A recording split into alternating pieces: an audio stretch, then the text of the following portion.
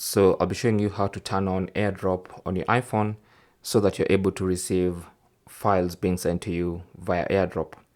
Now for this tutorial, I'm using the iPhone 14 Pro, but you can use the same instructions for pretty much any other iPhone or iPad. So I'll actually show you two methods. One is by going into settings.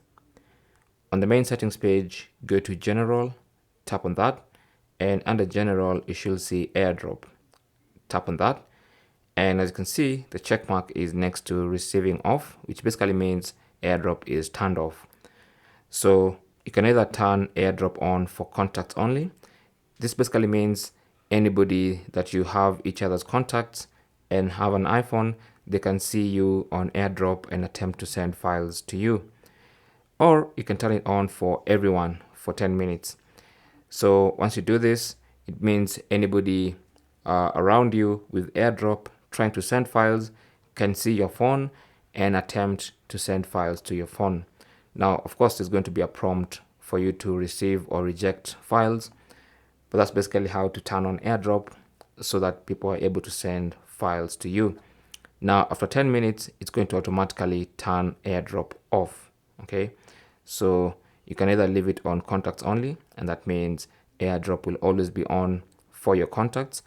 And if you select this, after 10 minutes, AirDrop will turn itself off, of course, for security reasons. And then you have to come back and turn it on again. Okay, so let me just turn it off so I can show you the second way of doing this. The second method is actually a shortcut.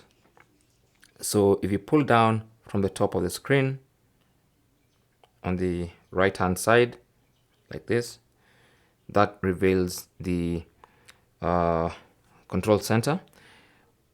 You have this section for networks. What you need to do is long press on that tile.